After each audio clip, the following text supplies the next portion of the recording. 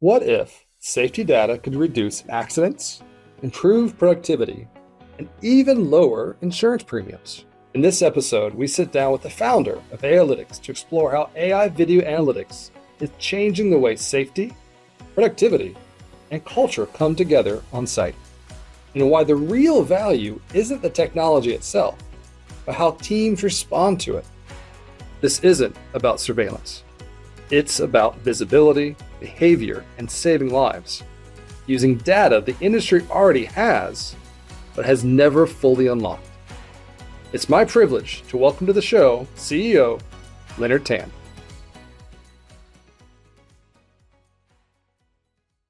Lenard, good morning. Thank Morning. you so much for joining. So great to have you on our sessions here and all our podcasts that we're trying to do. So thank you again. Hope you had a great weekend. You're rested. I know you're traveling nonstop. So were you actually in town over the weekend this past week, or are you just landing and getting off jet lag? I just landed. At this stage, at least I'm still young enough to try and adjust to jet lag wherever I can or however I can. But I just came back, from a 3 weeks trip from Taiwan, Hong Kong, and I can't remember where did I go now. so it's Taiwan, Hong Kong, and oh shucks, I really cannot remember. So That's you a need certain some country. sleep. I need some sleep. All right. Well, maybe Asia, maybe Europe. But you good. need some sleep. So, Yes. Okay. All right. I think I'm about to take a page from your book, where I think the next month and a half, I'm going to be in about three different continents, like three or four different countries. It's just I will not know where I am, what time it is. It's gonna be pretty bad. But my advice would be to make sure you try to plan ahead. I think that has always worked well for me. Like the 1 or 2, 3 days before the next time zone shift, I try to sleep a bit later, still be earlier. More part I can't do. I can't sleep on planes. There's no way I'm planning ahead. It's just my dad used to joke, and he's gonna hear this and roll his eyes. But so chemical engineer by degree, he's a mechanical. His dad is a civil, so it's just family of engineers, all went to the same college. Everything made everybody happy because I followed the legacy. But he sat me down with, "You just make a horrible engineer. You like to shoot from the hip. You want to get things moving. There's no methodical." It's like, no, that's too slow. Like, I don't want to plan. I just want to get things done. So it's kind of the running joke, and so yeah. But Nice. But all right. So one of the things. So I was researching a little bit. I was going back on LinkedIn, looking at your past roles. I gotta admit. So we've met maybe a couple years ago for the first time, year and a half, 2 years ago, right? In Ailytics and your company, right? And we'll get into that AIVA. It's kind of taken off. I'm amazed at kind of the global footprint you're building so fast.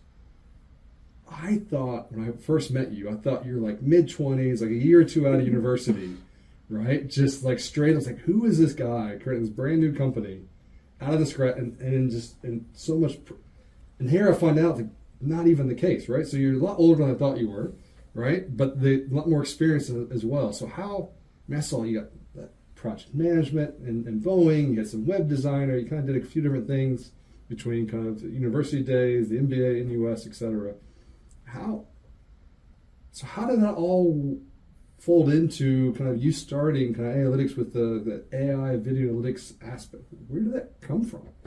Okay, so interesting question, but I think Which part? The age very of the big company? question, like lots of components to this question.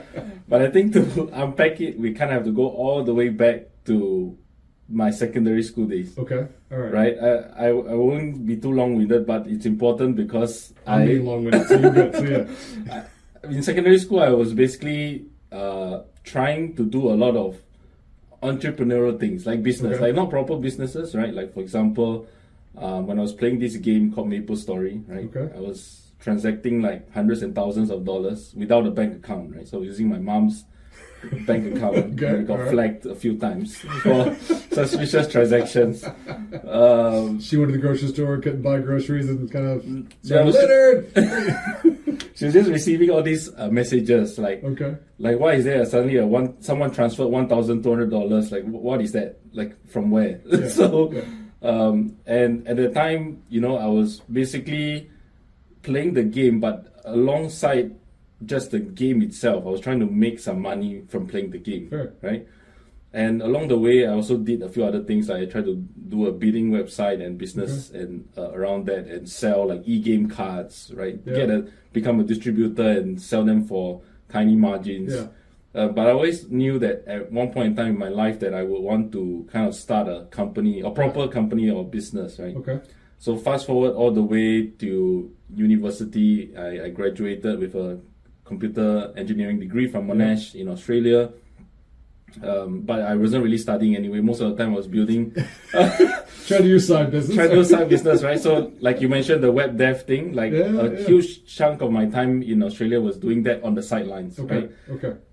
$40 an hour, much better than working at McDonald's or McD or Hungry Jack's, right? Exactly. So I was doing a lot of that, and my passion for software engineering in general, I think that kind of peaked, not because of school necessarily, but because of that, the business side. Business side. And then when you kind of combine those two things together, I knew that I wanted to do a startup, but I was a bit afraid to start immediately, right? There's some risks there. So I decided to work for Boeing because I love aviation as well. And in Boeing, over that 6 years, I was very fortunate. Like in 6 years, I had 6 roles. Actually, on LinkedIn, I only put like. I was gonna say there's only one. That's where I was doing some research, but I was too lazy to update. But in general, I was very fortunate. I had 6 roles during my 6 years at Boeing. Went through all the way from different software engineering roles to leadership positions to pre-sales and project management. That's a lot in 6 years then. That was a lot. I was very fortunate, but at the same time, I also saw the good, the bad, and the ugly of organizations, right? So that taught me a thing or two. If I wanted to do my own startup, what should I watch out for? Especially a big global organization, right? Could be a lot of bureaucracy. That's a whole nother discussion. Exactly, that's a whole other discussion for that. But then then I was about to leave Boeing, but they offered me an MBA, like what most MNCs try to do to try and keep you and a bunch of other things, right?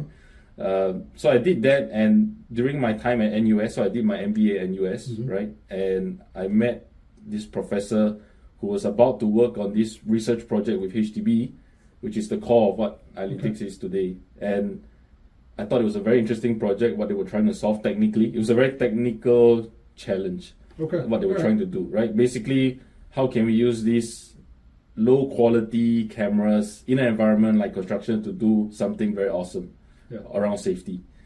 And essentially for almost 2 years, so I did my full-time job at Boeing, I was doing my part-time MBA at NUS, and I was working on this startup. So that was 14 to 16-hour days for 2 years. So where's the sleep? We were talking earlier about not being able to sleep, but that's that did not exist in my vocabulary during that 2 years. It's lots of coffee, lots of coffee. It is. And when I did that at the end of 2 years, we talked to some of the test bidding partners, the construction sites and the contractors. I'm not from the construction industry, but I found it very interesting that they found it useful. And so when I researched more into it, I thought, okay, maybe this is the time, right? Stars align in terms of I did not have a wife and kid at that time, right? No commitments yet. I had some knowledge about things in general because I worked in an MNC. I had some safety net in terms of cash, for all the e-cars and distributor. Exactly, right. And I earned a bit more in my web dev days as well. Fair enough. Hopefully you're still not using your mom's account there, but exactly. That's not I don't recommend it to kids in general, unless you really have to. And also the tech was there, right? So we kind of, it's a bit different in the sense we started with building the tech from a problem statement through HTB. And so everything was kind of aligned. So I thought, okay, maybe I should give this a shot. So that was when I left Boeing. I said thank you very much for the MBA. But I did they say, okay, fine, you got to pay me back the MBA, by the way? Or? We worked out an arrangement. So in essence, you can kind of say that the cost of the MBA was for 2 years more of my time. Fair enough. All right. And I did that, and basically that's how the genesis of how Ailytics kind of started, and tie back all the way to when I was a kid in secondary and my dreams of starting a company. So then, So I think, and for those not familiar, so HDB, Housing Development Board, right? So kind of a lot of the residential housing kind of market here, subsidized housing. But in the US, you're talking about the professor and some of the challenge statement that the construction industry and others are coming in with. So hey, you were intrigued because there was a technical aspect of it, right? You thought there was a business opportunity. But the start was the safety, right? So was there something about the safety aspect or something specific to the construction that really pulled you in? Because as I talk to others, the kind of the running joke is, our mom and dad want us to be lawyers and doctors. They said, no, stay away from construction. That's quote unquote dirty. Not just the process, just that you're getting mud, bricks, etc. Be somewhere in the office, right? Accounting, doctors, lawyers, whatever. And they always kind of push people away from construction. So here you kind of go in the reverse, right? The MBA, everything else, and you're going back in. What about construction? What about safety that really piqued your interest? Yep, that's a very interesting point. I sometimes ask myself too, in times of difficulties, what am I doing? Why am I in this industry? But every day you're asking that question? No, not every day. Right. Maybe at the start it was every day, but nowadays it's lesser. Okay, good. But the gist is that I'm not from the construction background, right? I'm from aviation. I'm from tech. But at that point where we decided to spin off after the research to become a company, I think I was trying to look up like what is the current state of safety in construction, or what is the current state of tech adoption in construction in general.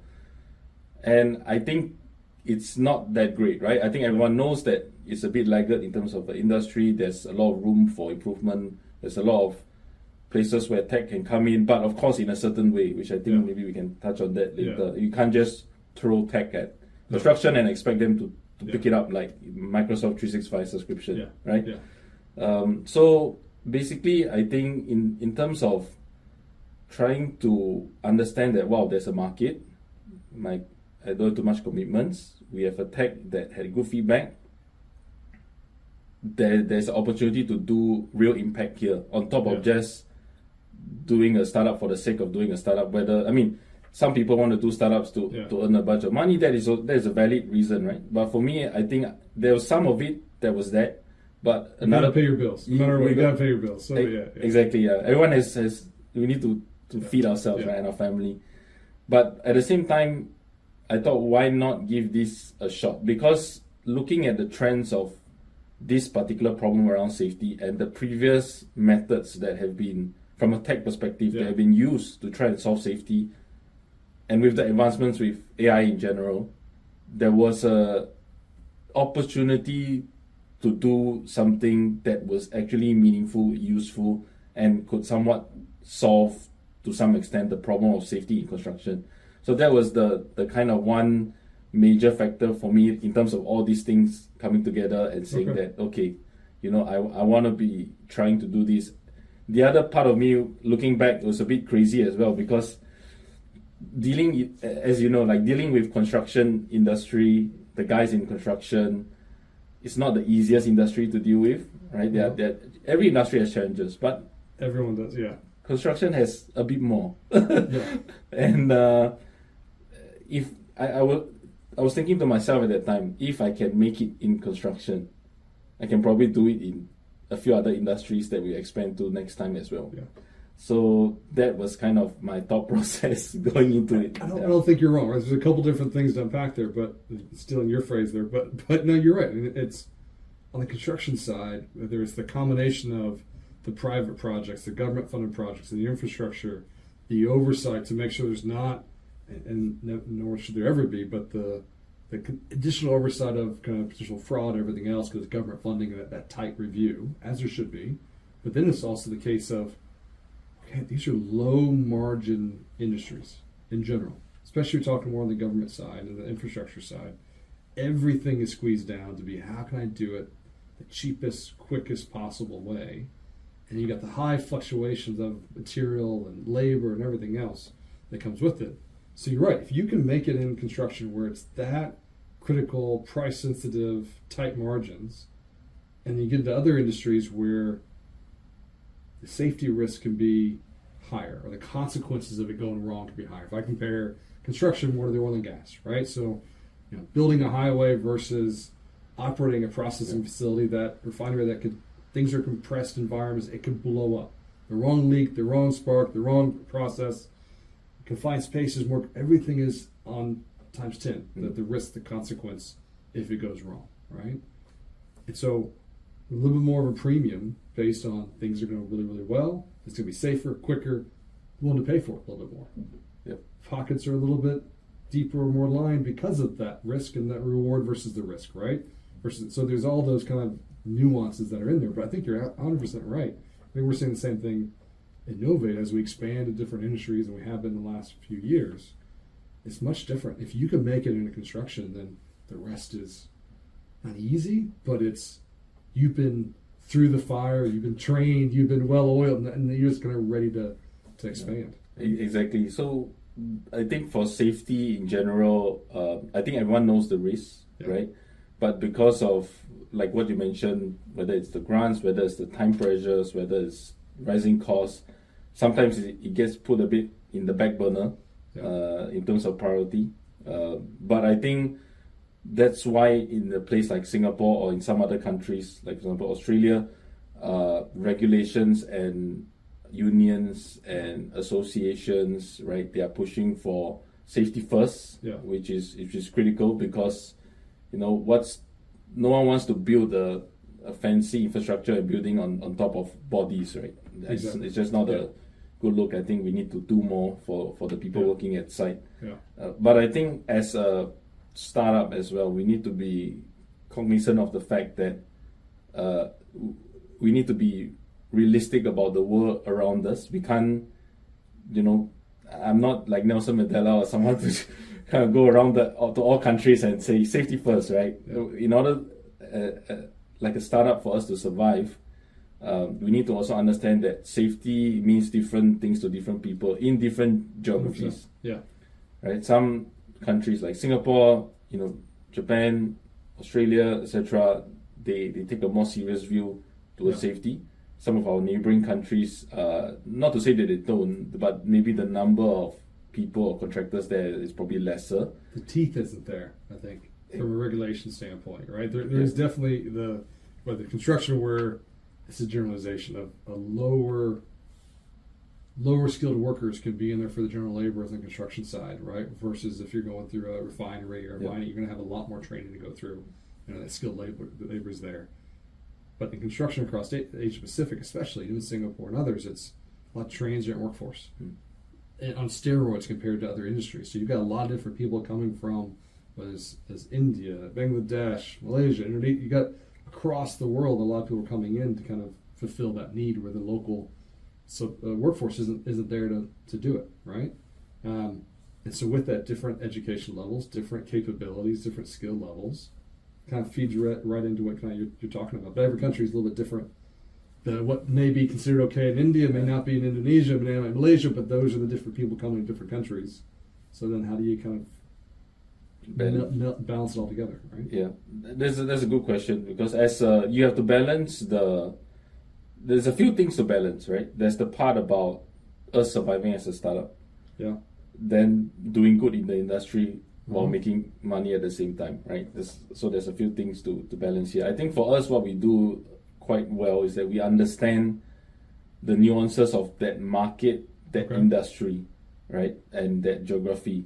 So we tend to talk to a few players on the ground. This could be the actual end users themselves, it could be the regulators, it could be other solution providers like yourselves that have sold to that country before, to get a bit of understanding of the landscape. And then when we have that conversations with them about trying to understand their problem, their pain point, and propose solutions to them, sometimes our language and what we offer first changes. For example, in Singapore, yes, I can talk about safety to most people, but sometimes I may bring out our productivity or security modules first.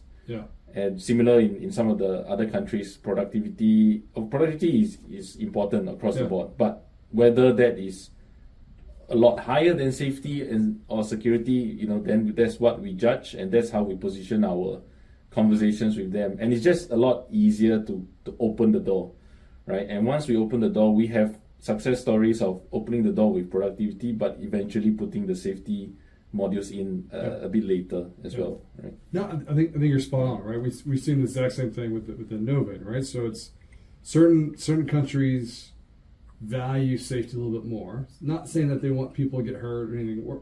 They go, okay, I'm doing a paper version. It's fine. It's good enough. I'm complying with the law. It's good enough. Whereas they look at equality or productivity, goes, okay, now it's affecting my safety is affecting the bottom line too, but now it's affecting my bottom line, my brand, my image as I go deliver a product to the client. They want high quality. Hey, the faster I can do it, the cheaper I can do it, the more money I make.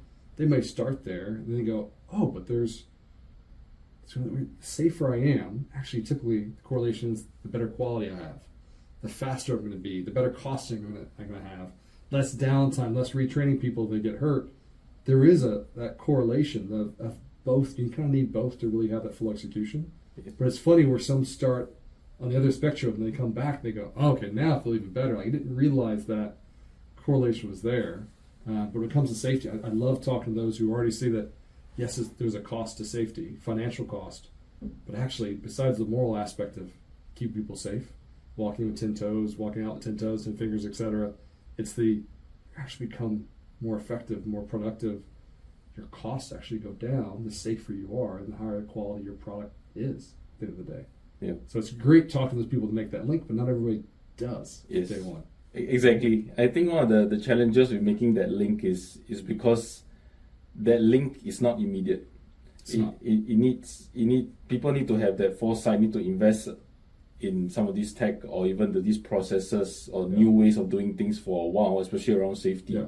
And then they'll kind of bear the fruits of their labor. Less mandates, laws, right? Better quality, better culture, right? Happier workers, right? All these kind of things are hard to quantify, to put a number on it. Yeah. Right? Yeah, But right. over time, you will start to feel that the difference culturally, and then that potentially translates to ROI, savings, productivity gains as well, but through safety means. Yeah. Right? So that's kind of what we try to champion for as well. And interestingly enough, like before this podcast, I actually went to take a look at some of our numbers.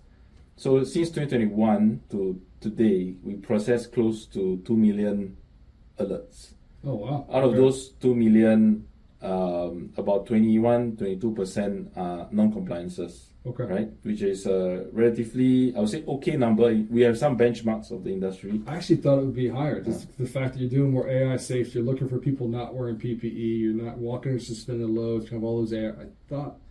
I thought it'll be the reverse. I'm kind of surprised it's only 20%. So is that because of all the other quality, productivity stuff you're doing on top of safety? Not so much on that, but I think there are a few factors as well. Like, for example, maybe certain alerts are not classified yet, so there's a huge chunk of that. All right. There are some that they are risky from a certain standpoint. Like, for example, the person is standing under a concrete bucket. Yeah. This is one of the very classic examples.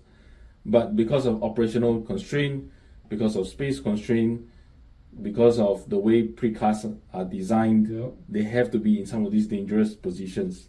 But they have processes around it to make sure that they are safe. So, so it may not be risk-free, or may still be an issue, but not classified as a non-conformant. Okay. Exactly. Okay, got so it. what we always say is that our system is here to help you identify hazards and make you aware of hazards, but it does not mean that every single alert is a non-compliance, right? Because they need to be aware of, they need to make that judgment based on other data information that they may have on hand.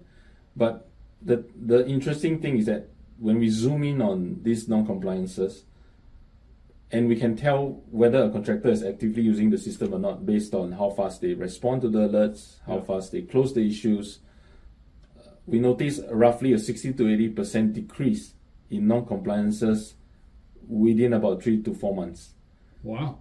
So what is interesting here is that there is a direct correlation for actions taken by the system, change in behavior culture that they can kind of then quantify as well. So I thought that was very interesting to look at this stat. So Novid, toot our own horn a little bit, but so in the beginning of 2024, right, we released, it was the industry and world's first at scale accident prediction kind of AI model. And one of the nuggets we learned from it, and it sounds obvious once you say it out loud, but it's one of many parameters you have to look at, not everything, but it's similar to what you just said. So it's not so much that you had an issue, that you had an accident, a near miss, somebody got hurt. It's more when it happens, how do you respond to it? So to your point, what's the culture on the ground? Does it take you 2 hours to fix, 2 minutes, 2 days, 2 months, or longer? So if there's a missing barricade, how fast do you erect that barricade? If somebody keeps walking under that suspended concrete block, can you change the engineer controls, the procedure, the practice, so that they don't have to put themselves in harm's way? So God forbid if that support snaps, right? They're getting crushed. How do you change that culture to reduce the risks? And the faster you respond, they go, it's a snowball effect. The people on the ground go, oh, they really do care about safety. Look what they're acting fast. They're fixing it. All right. And when they get these alerts, it's not just they're doing it because the government says they have to go do it. They're actually using the data to make the site safer, more productive. Whereas if they don't, they know the people see the cameras on site. They know they're getting the alerts, and they take 2 months or longer to fix it. I'm arbitrarily guessing the time is, but the longer it takes them to fix, they go, I don't freaking care about safety. Then why should I? Why should I stick my neck out? Why should I keep helping everybody else? Because boots on the ground, management doesn't care. Yeah. So I find it just not surprising, but we're coming to the same conclusion from different angles of the data analysis. Exactly. And I think based on what I know of, been doing this for 4 years now, I think it's always about the support system for the end user in terms of what everyone expects from the system in their various different roles. Yeah. Right. And what I mean by that is basically we have seen a lot of, in construction is a very hierarchical thing. Yeah. Right. Developer, client at the top, consultant, general, main contractor, subcontractor. Most of the time, the end users are the operational guys, which are the main contractor using our system. In some cases, it may be the developer or the client.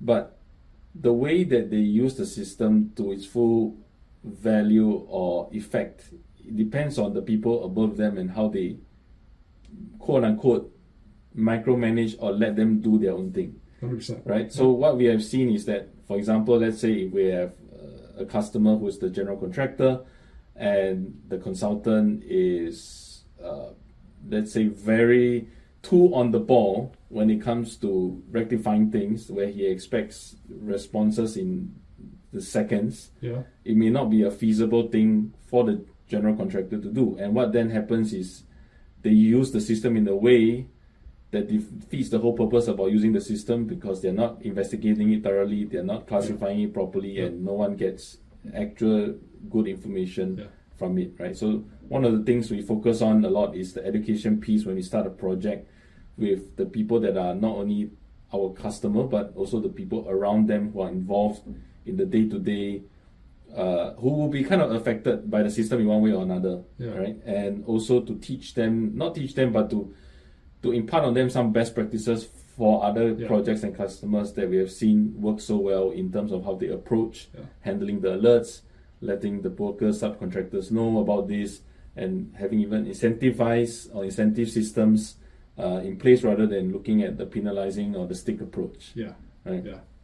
So when you look at all these things being gelled together, then you have something that people use the system correctly. You can have quantifiable data, and they can actually realize the value. One cool trick that we also do sometimes, because as you guys know, I think one training is never enough, right? They will never. It's never. You can't expect them. I wish it was one time we train them 30 minutes are good, but Exactly. I wish that as well. Hopefully one day we'll crack that nut, but not today. What we do is we give them training. We don't beyond the training and after the training, when they're using the system, sometimes we may see certain activities or alerts on our end as well, because we are doing maintenance of the back end and we are monitoring the system. And when we see something like, this does not look right, we'll send them like a small text message to say, you might want to take a look at what happened yesterday at 8 p.m. Might be interesting. And when they look at the system and they realize like, oh, yeah, this is not great. So when they start to realize these values in terms of the quality of the alerts coming through, Yeah. and they actually action on it, because it helps the safety officers in their day-to-day job to ensure safety, right? Yeah. Yeah. Then they start to be a lot more appreciative of the system. They start to even influence other people in their community to become a champion for us in the company, outside of the company, of using these systems. But then the value is then realized through these kind of small acts and things that we do to help them. Yeah.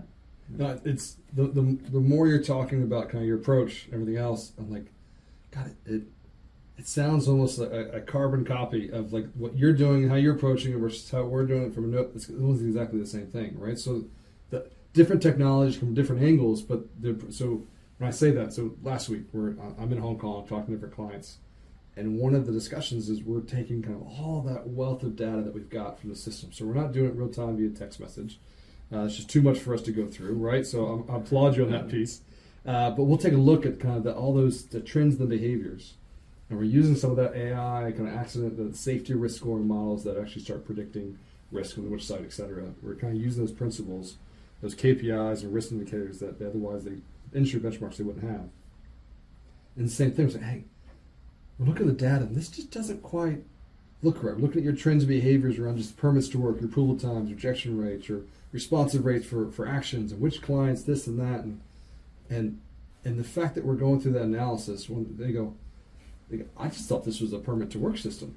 I thought all I was doing was get my forms and trying to speed up the reviews and approvals, or that's just a reporting system for incidents, actions, and et cetera. And as we're going through it, they go, I didn't know I can actually start interpreting the behavior on site, or where I've got risk from a standpoint of maybe this is the check the box mentality, where they're doing the process, but how the data is portraying how fast they move, do they really have time to review and approve it, is there risk?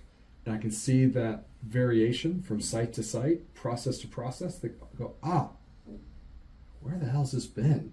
Like, can you wait and I can pull in my CEO, my operational team, because they need to go see this, because like, what are they even doing on site?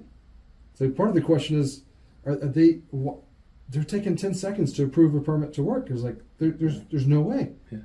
So what's going on, right? Or the other one's taking 4 days. It's like, why are they taking 4 days to approve a permit? So all that process, right? All that increased risk where there's something not quite right. Whether it's the form, whether it's the user training, the tool, whatever, or they're just not. It's a check the box mentality, right? That cultural risk because you said it yourself, right? Safety, really it's about the culture. There's something off with that culture. And so that increased the risk of possibilities of an accident or an issue goes up dramatically.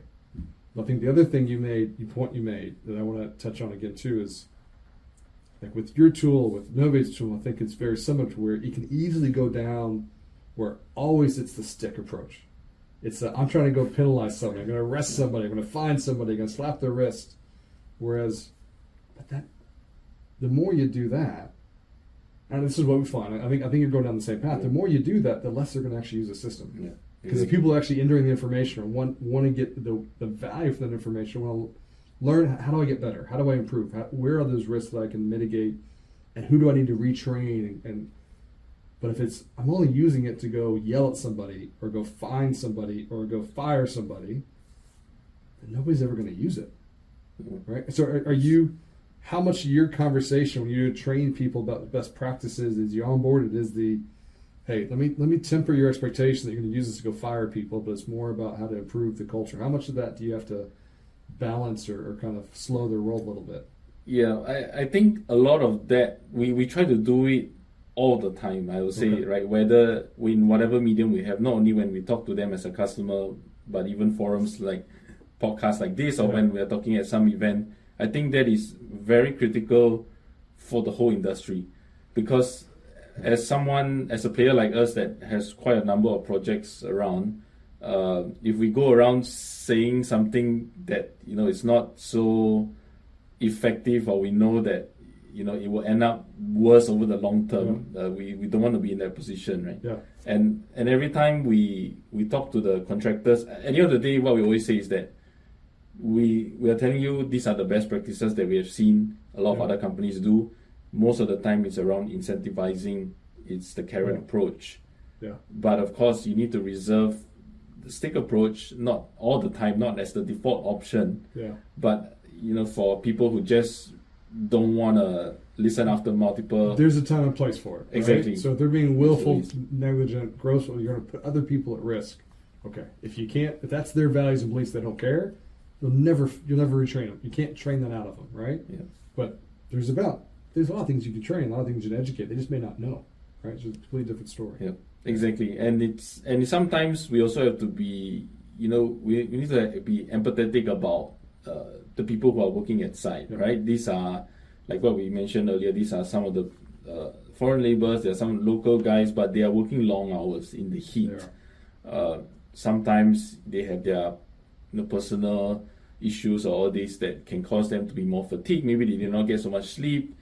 And all bunch of reasons, right? Many hundreds of reasons why they may do something, whether it's against whether they intentionally did that unsafe act or whether it's because of fatigue or whatever the reason might be. But I think we have to be empathetic to understand everyone's concerns, look at the data, understand what procedures, programs, incentives, things to put in place, and then the whole industry can kind of move forward better in a way. So I really like what you mentioned on the analysis of the data. I think first we have a lot of data points that are kind of distributed in a few places, right? So it's not easy to kind of draw that insights over a large data set or period of time. So for example, some of the things that I hope to also see in the future is, for example, like now we are integrating, right? We are pushing the alerts to Novate, and you have all the data around response times. We also have data around different types of alerts. And when you combine all of that, even with other types of data, you can form insights on how they are doing relative to other contractors. Are there certain signals where it shows that they are a bit lacking? This case study is very close to my heart because 3 months ago, we were doing an exercise for this customer. This customer has 6 projects with us, and there was one site in particular that was way behind all the benchmarks in terms of response time, in terms of resolution, in terms of non-compliance and all these kind of things. 1 month later, after we did that review, someone at that site passed away. I'm not saying that it's a direct correlation, but it is an indication of potentially there's something systematically, process-wise that has to be looked at for that site in particular, so that we can make sure that everyone's safe on site. I mean, so it's not causality just because that happened, but it is a correlation, right? Where you can see that trend and that behavior, because it goes back to behavior, culture. I mean, we're seeing the same thing as one of the biggest values of implementing. We have a number of clients who are implementing kind of our AI safety risk score, some of our other AI kind of predictive models, and it's looking at all the processes, all the data, really interpreting those back to behavior. Where we're pretty unique in how we can do that, right? It's because of the data set we collection. We get more technical, but put that aside. You're absolutely so. Part of the value of implementing that predictive model, it's just getting everybody on the same page of using the same processes. And so one of the things we've seen for some of the clients that are starting it, I'm not going to name names or anything else because it's confidential, but generality, what we're seeing is you got one site, similar thing, right? They're actually doing pretty well. They're using toolbox meetings well. They're using permits to work. They're putting in their observations. They're tracking their corrective actions. If you can see them actually working through the processes, right? And you compare to another site, and they go, guess what? Hold on, where's your toolbox meetings? You've got like 20% compared to the other one.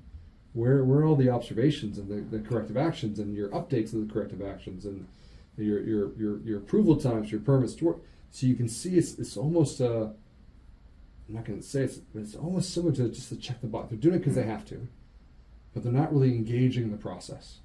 And so when they're not engaged in the process, they're not looking for those risks. People aren't really, they're just kind of heads down. I got to do my job. I'm punch my ticket in and out. I got to pay my bills, which makes sense, but you're putting everybody else at risk. And they're missing that, their culture is off. Yeah. And so when they historically looked at which one had more near misses, which one had other issues, which one had this and that, they go, the one that had all the data, just because you have data doesn't mean you're going to be safe, but it was a reflection of the culture and the behavior. The one that didn't, they kept having little missteps. They kept having a little bit more near misses, had an accident here and there, more so. They kept like, scrap, what's going on? We're consistent. We've implemented everything the same. We have a standard process across all our sites. Why is this site off? Is it the people? Is it the contractor?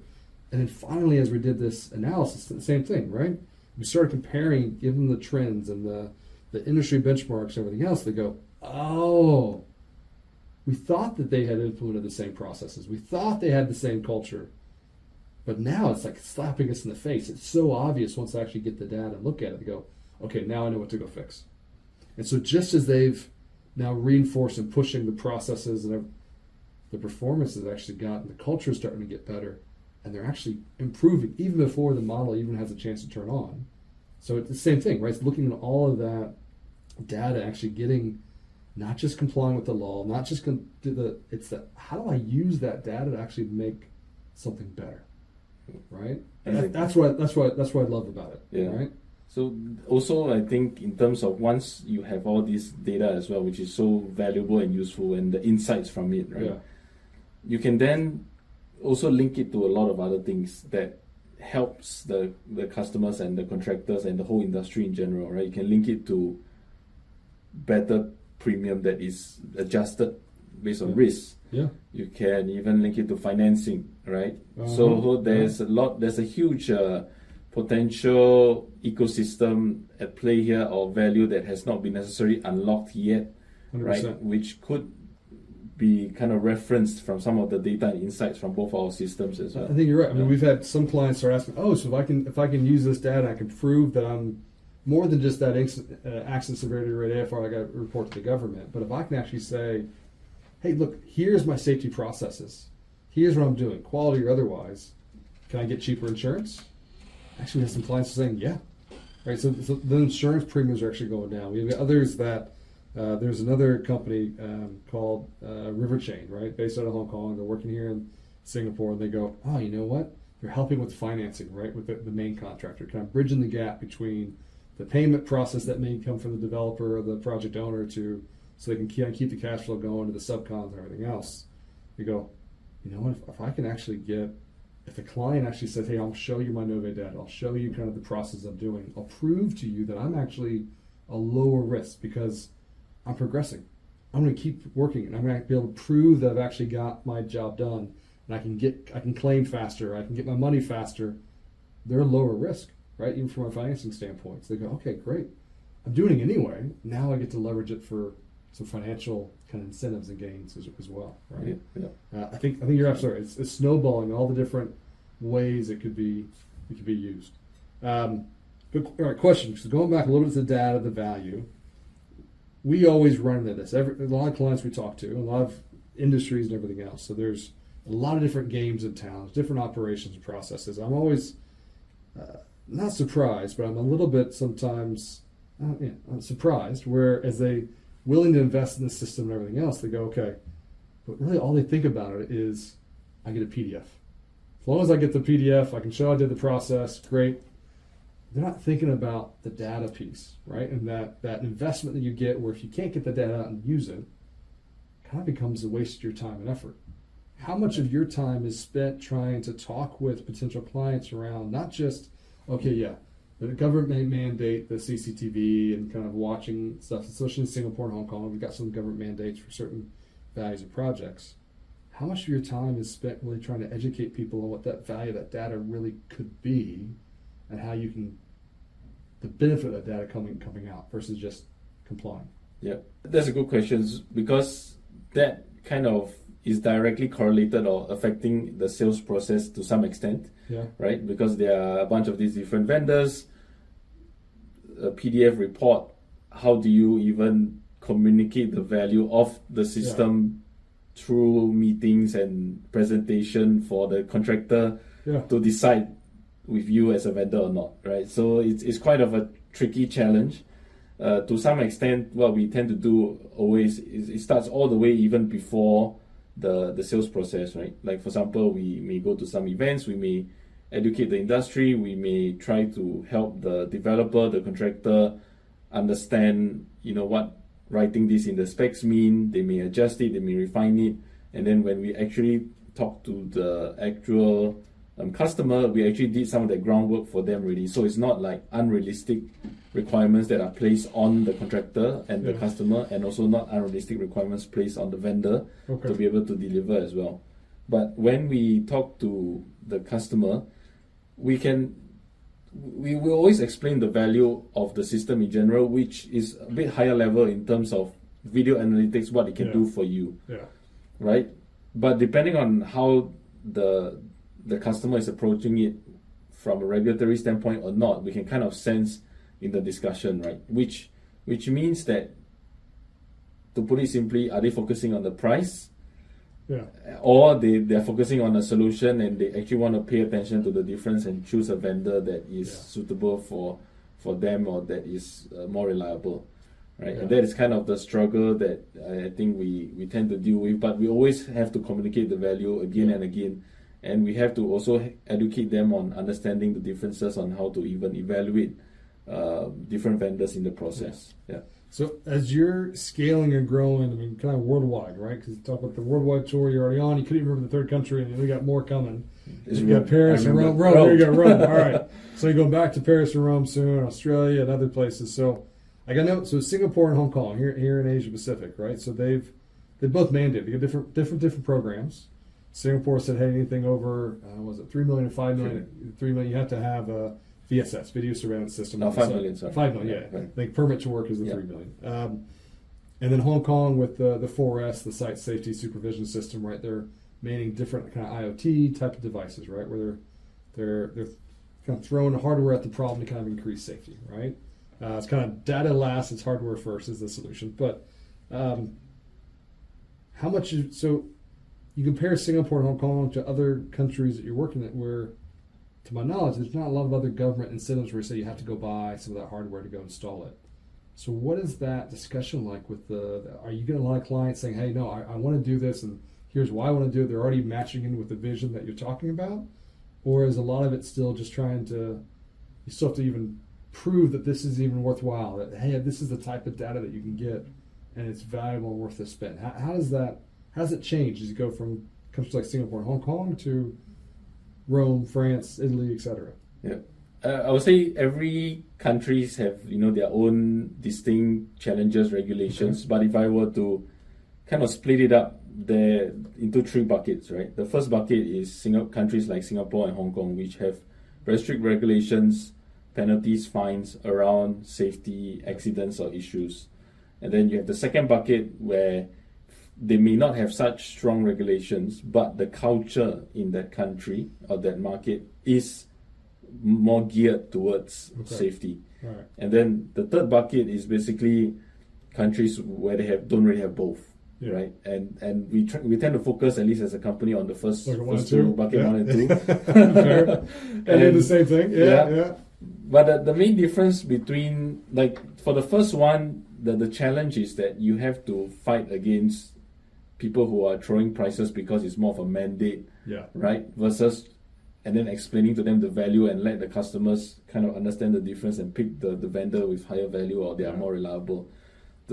For bucket 2, it's more about that initial planting of the seed to say that, I have done this a few times before. This is the ROI. I have seen this impact or effect after using this system with some of our customers.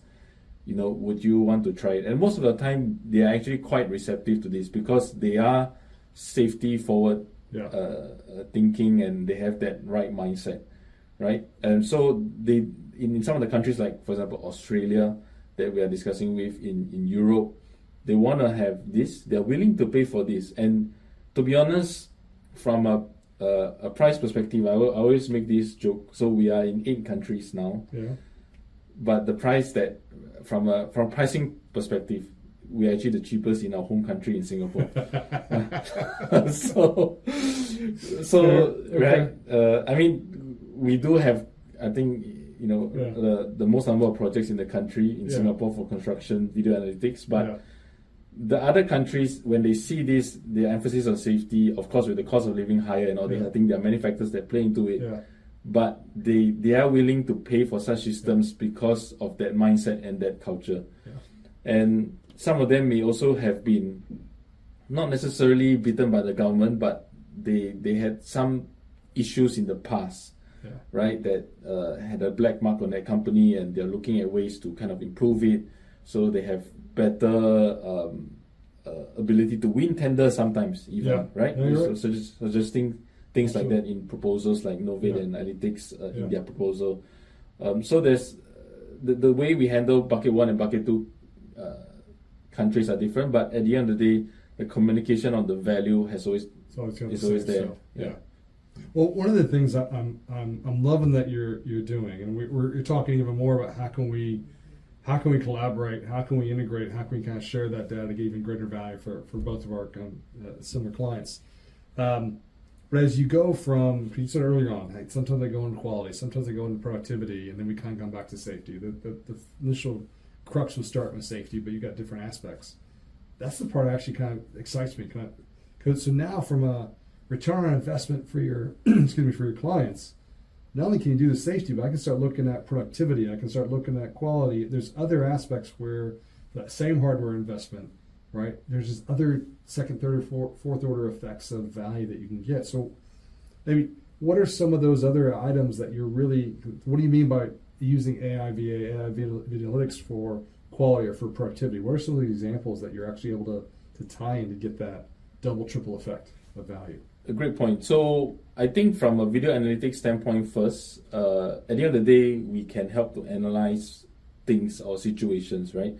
So whether this is about monitoring man hours, monitoring trespassers, like for example, there are some areas where it's a bit more rough in that part of town, not in Singapore, of course, but in other countries. I was going to say, Singapore is a little bit the safest place I've ever lived in my life. Exactly. Ever visited in my life too. Yeah. So the different customers have different concerns, because some are actually trespassing into the site to steal materials. Right. Some are because subcontractors are claiming that they did this amount of hours, but in reality, it's not exactly. It's quite far off. Right, and then the safety piece as well. But when we integrate, like with systems like yourselves or other systems, for example, in Hong Kong, there's a lot of this concept of a CMP, a central monitoring platform, right? And essentially, a CMP is, I would say, it's kind of one of the holy grails of tying everything together, right? Where we see everything from video analytics data, permits, documents. Quality, inspections, robotics, smart locks, right? Everything is kind of inside the one platform that a customer can use to just, instead of jumping around all the different apps and tools and one place they can go see everything. Exactly, one place. And then when you have that in one place, and when I see customers using that in Hong Kong, that becomes the default, which it makes sense. Like for us as a vendor to sell just pure point solutions in Hong Kong, it's really tough. Right, we have over 60 projects in Hong Kong now. None of them are actually point solutions. They all integrate to some form of a CMP. And when you have all that data inside one place, then going back to and tying this back to what we talked earlier about, you have then all this data on your hand that you can then draw all the insights on.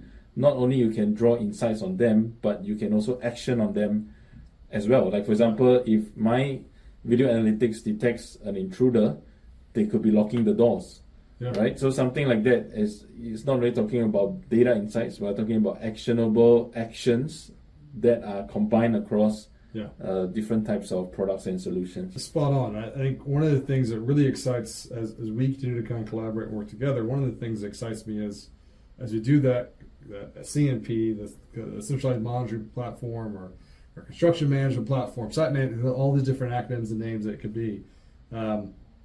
Things that excite me is how can we make, you said, the site more productive or safer. So example, like a permit to work is a great example where coming into it, there may be 10 people, 20 people that are approved that in this area for this work that we're doing, here's the people that are trained and qualified, they're supposed to be there. And with either the people tracking or the video analytics piece, you can actually see, okay, how many people are actually on site? How many people are actually in that location, that specific location, during that valid permit to work? If there's 20 people that are supposed to be there, I'm seeing 25. Hold on, timeout, warning. You got 5 people that aren't trained, may not be qualified, aren't supposed to be there, and they're now increasing your risk. So real time, you can start sending out alerts, because you can't always have a safety officer walking around. The subcontractor, they may not really care or be watching it. Or there's so much activity going on, it's just hard to keep track, right? So that's that eye in the sky that can help you. But when it's not in siloed and the data actually talks, it's like, okay, now you're helping me make the site a little safer. The other piece you talked about with claim management, right? The subcon billing, saying, here's how many people I had on site, here's the hours I worked, here's how many pieces of equipment that are on site for the day, etc. We do something similar, but it's more from a manual reporting from the site diary perspective, right? It's all via that digital app. It's quantity based. It's not just a text based thing, which is, it's a waste of your time if you're going to put that in there, right? You want to actually track the people. But what excites me is, okay, now you know what? Our clients already use kind of that site diary and productivity to kind of see, okay, where am I moving? Get my S-curve by activity. Am I going to be late? Is it forecasting me to be on time or not? But they also use it for improving the cash flow of saying, hey, the subcontractor already submitted. I validated and improved it because I know you only had 5 people there, not 10. I already rejected it once. But now I can actually start combining that cross-validation. We kind of talked about this even with the Singapore has this the new BETC grant coming out, where let's have that data talk. The client's already saying, the subcon's saying, here's how many people are on site.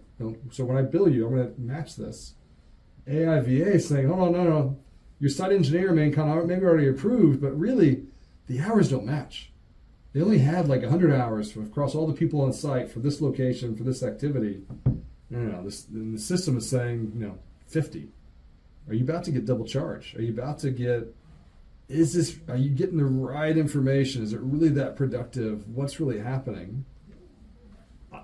I gotta believe if I'm the main con, I want that automatic real-time cross-validation and that warning of I got a risk of I'm not being as productive, a risk that I'm about to overpay.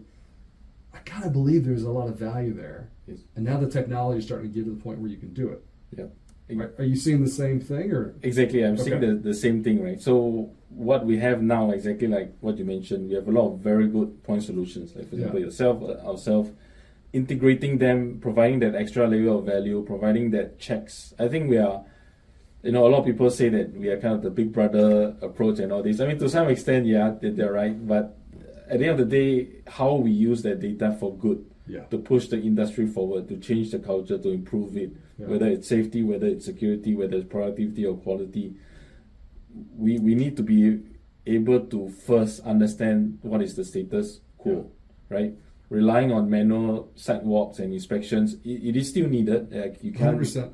completely remove it, but there are a lot of things that will not be captured by it or they'll be missed. Correct. Right? Relying on people to, there are always bad apples, right? In every organization, every vertical and market. But how do we at least make sure that from an industry standpoint, we are looking for the truth, we are presenting the data correctly, and we are making informed decisions on correct data to then make sure as an industry we can move forward to be more safe, to be more productive, more efficient, and all these kind of things, right? So that's what I'm really excited about, and a lot of that discussion, we had some of these offline previous to this podcast as well, around starting to integrate, vendors or probably even best-in-class vendors, right? And in various verticals, because you can't do everything yourself. There's no such thing as the unicorn system that can do everything well, right? There's a lot that maybe try to claim that they can,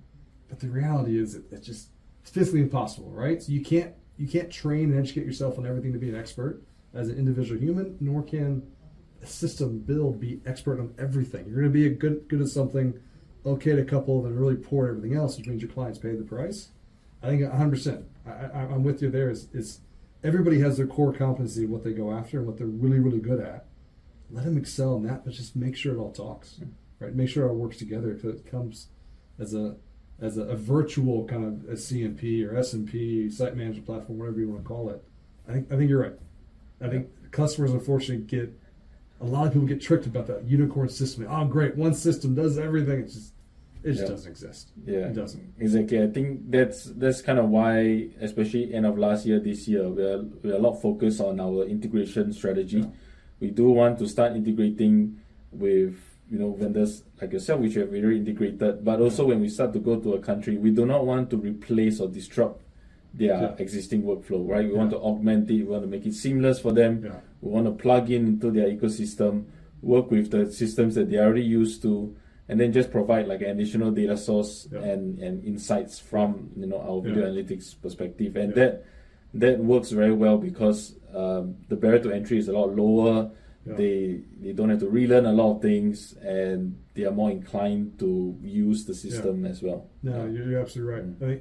I think one of so earlier point you're talking about just a second ago, kind of the culture and there's some bad actors and some good actors, and I was talking to another director of a client of ours, and he was like, part of the reason why I want to use Novid or any digital system that manages the field is, yes, I'm not using it for the stick. I want the care, but I know my gut feel. I talk to my PMs, my PDs. My gut feel is we got some people who just don't really care.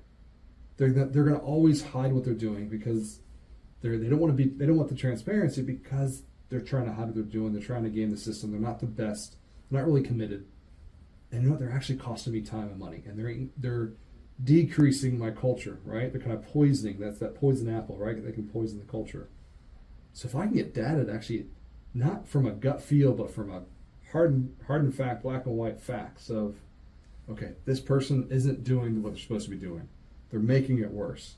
Okay, they will either self-select out because now everything's transparent, they see it, or I'm going to select them out. But then, because I do that, all the people who are doing the right thing and doing it really well, they go, oh, they really do care. It goes back to culture. They go, oh, and they get rewarded. They can get rewarded for it. They can get like, oh, you're doing a great job, right? Thank you, and then keep going. It has a big impact on the culture and the behavior. Just weeding out the bad apples, right, and rewarding the good, it kind of self-perpetuates, right, and improves. And so that's another soft benefit of having that system is it's no longer a gut, it's just facts, right? You can see it from day one. Yeah, exactly, and that's what I hope to see kind of more in construction. I think if you look from a global landscape, there are certain countries that are a bit, of course, ahead of the curve, like Singapore. But still, there are a lot that are not kind of there yet, and it's a bit sad. Like we see some of these things we see in the news, some of the things we will never see in the news, right? In terms of fatalities happening on site in certain countries, how they are struggling, and all these kind of things. These are not headline news in general in certain countries. So I do hope that whatever that we are doing, right, in this culture standpoint, we can help to improve the whole industry as a whole, right, and not only for construction, but similarly in other industries where high risk scenarios or activities are involved as well. I think spot on. One of the things why I really enjoy working with Novid and folks like yourself at Ailytics is it's all about more with a passion about the vision of how we're here to make money, and yes, we're here to pay our bills. But if I can have a little bit more of a sense of purpose, where I can make things better, make lives easier, make it a little bit safer, and we can start using a lot of that data and processes to actually, you're identifying those near misses, those issues that, because you can't have somebody walking around the whole time. You're getting the real culture on site, the real behaviors on site when the safety officer and the supervisor may not be there. That's valuable wealth of information. You can plug that in with the rest of it and actually start to identifying risks where, hey, focus here. Your life is huge and busy, and you really can't, it's kind of hard to know where to prioritize. You can't have a super focus on everything. But if I can get my system to start telling me where to help me identify where to prioritize, use that wealth of data from your side, the video camera, okay, great, now I can go here. Okay, I have a chance to prevent it. I have a chance to to jump in the middle and actually stop something from going bad, for me, that's huge. I don't know, it makes me feel a little bit, helps me sleep at night a little bit better, that I have a little bit more of a purpose and a vision versus just paying the bills, right? Yeah. I don't know, that maybe I'm being too kind of pie in the sky and all that, but I don't know, just it makes you feel a little bit nicer. It does, right? Yeah. So it's same thing for us, and some of the guys at Ailytics as well. There's this sense of purpose of wanting to help the industry, especially from something around safety. Is very it's a very touchy subject. It's a very sensitive subject, it right? Is 100%. It is you're dealing with people's lives and all this. Yes, we have all these awesome projects and all these fancy data centers that we are building. Who are we actually building them? Who are actually building them, and who are we building them on top of, and all this not so sexy stuff that I think we can just try to do our part for this industry. And people that we have at the company, or sometimes when we interview some of these guys, these are some of the points that they bring up to say why they want to join us, on top of other factors. But for myself, similar to you, I find a lot of joy in this, right? So it makes the days where we have challenges and all this, like, oh, why am I doing this, right? It's like, for example, before we were talking about climbing Rinjani, right? So when I was one of the worst things I've ever done. I enjoyed the view at the end, but I was like, oh, I thought I was going to die. Exactly.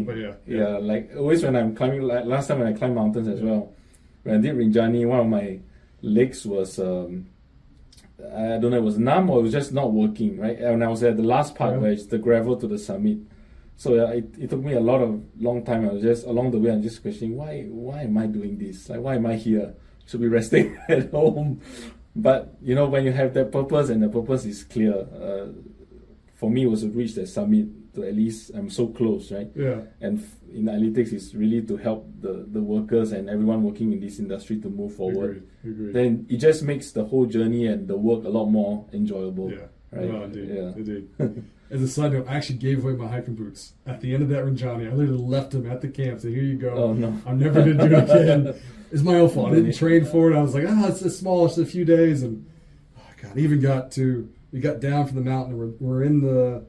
I thought I booked the trip where we're great, mountain. I'm going to walk right back out. And they go, no, we're in this crater. We got to walk up over the other side of the crater back down. I was like, okay, I'm looking at the porters and everybody else. I was like, they're half my size. I'm like, if I don't leave here, then there's nowhere they're picking me up and carrying me out. So I have to get out. Like, this is side note, but it's like, oh my god, I haven't hiked a mountain since, right? But the Bukatima Hill in Singapore does not count as hiking a mountain. But all right, so so next steps, right? So as not a hard question, but as we look at AI in general, and as you look at kind of more and more kind of AI models and capability, it's accelerating at an insanely fast pace. And we even look at our side of the AI model we have of predicting safety risks. Do you see that? Is there ever a point you think where the clients are going to go, well, I already have my cameras, I can go build my own AI model? How are you trying to stay ahead of the curve to where there's still that higher value, that your model is better than others? How does that? Are you seeing that as a potential risk? Do you see it as a value or benefit? Where's the landscape for you, like the next 5+ years? Okay. What I see now is that, yes, with the advancement of AI tools in general, it has helped you could say, even small businesses, hobbies, and people to create quite awesome, AI tools and apps for their own processes, for their own companies and projects. But still, that kind of brings you to, the 0 to 70, right? You want to look at going to the 70 to 100, you kind of need vendors and specialized vendors, level, right? Okay. Whether it's accuracy, whether it's just the completeness of the solution or everything, you kind of need specialized vendors like us and yourself to understand the nuances of not only the tech, right? The tech is one thing, but also the domain, industry, and knowledge, the data sets, and how do you use that to your advantage and fine tune, right? The AI model and systems. But all these, it's not like you can assemble even if I were today to assemble like the top 5 data scientists in the world, but they have no context on construction and no knowledge on what, they're not going to be able to build a product, right? At the end of the day, that's kind of where the expertise comes in. For AI in general, we are very excited about what's coming. So maybe a bit of a teaser, but in the breaking news, everybody. Here we go. News. Okay. First, online breaking news. The world is kind of dazzled by ChatGPT and all its similar family of products and solutions, right? And it has done wonders, right? For research, for summarizing, for search, and all these kind of outputs that it's doing. But the vision equivalent is still not there yet, in the sense like it's good at identifying what's the content of an image, what's the content of a PDF from a vision standpoint. But in order to run it in real time in an environment like construction with cost-effective compute and all this, we are still not kind of there yet. Okay. But it's close. We are close. Okay. And some of the things that we're working on internally from an R&D perspective are quite cool in the pipeline. So things like they'll be able to do much deeper search on alerts and things in general. Like, for example, they may be able to say, last Tuesday, was there a worker that was in this area next to the red color forklift, right? Because they were looking for something like that, right? Okay. And the ability to do that currently is going to be very complex, because we have to store all the metadata first, and then we need to be able to then allow them to search. Yeah. But generative AI vision, or what we call large vision models, LVM, are able to do that on a much quicker, faster scale, and without having to store so much metadata first. Oh, nice. Right. So basically, in short, you can talk to your data. You can talk to your data, retrieve something on the fly from an image and video standpoint, not just structured data. But that's the next step that we are doing. And then to go beyond that, we are looking at even real-time processing, right? So real-time processing of LVMs are what I see as the next major breakthrough for the entire industry. Traditionally, vision systems like us, we have to kind of understand what is the use case we are building, understand the data around it, build the logical business logic around it, and then we ship it out as a use case. But large vision models nowadays, they come with kind of basic world understanding, right? They understand what's a chair, what's a table, but they may not necessarily understand what is a concrete bucket, because it's not representative of kind of a general human knowledge, right?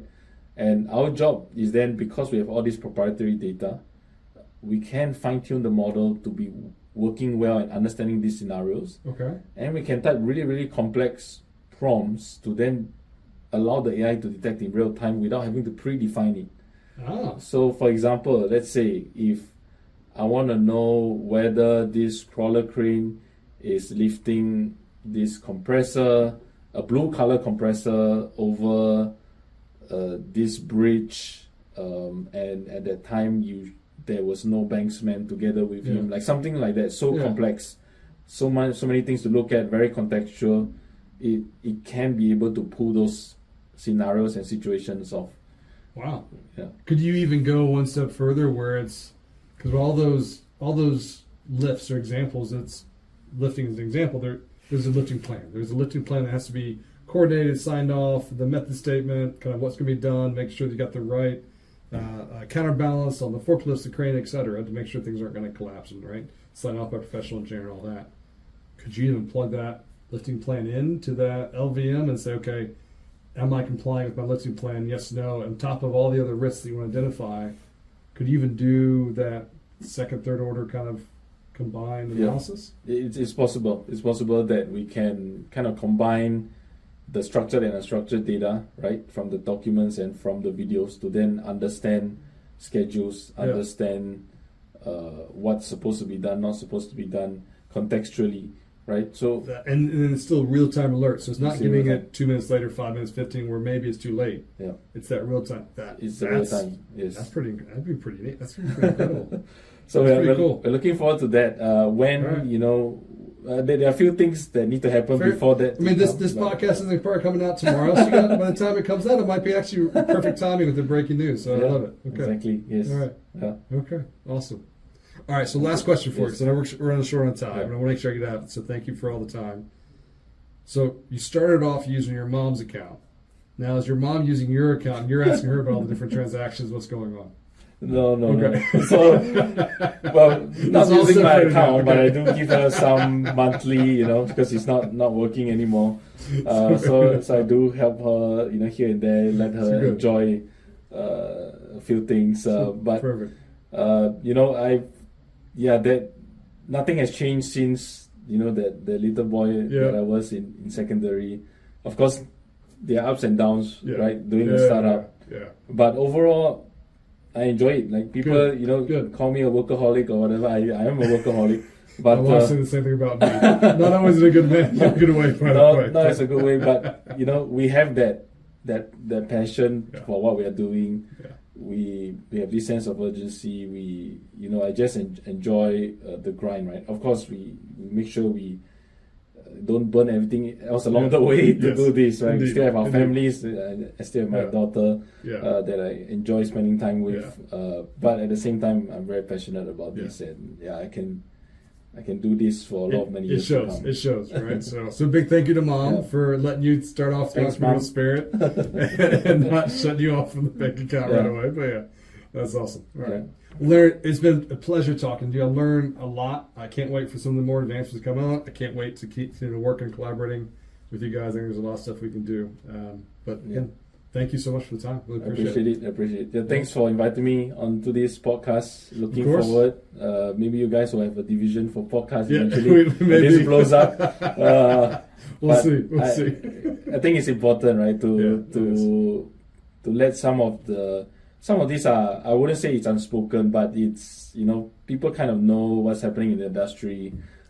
Maybe not the general public, but, bringing to light some of these things. What are some of the challenges, the wins that we as vendors are seeing and experiencing in the industry? Is pretty cool to see that. It is. Right, to go out, and there may be some good implications of that. Like maybe people are more interested in joining our companies. I think so, right? You're enjoying the construction and kind of making it even better. So, yeah, exactly. Indeed. So thank you very much for the opportunity to be on this podcast. Pleasure is all mine. So thank you. Thanks, Lenard.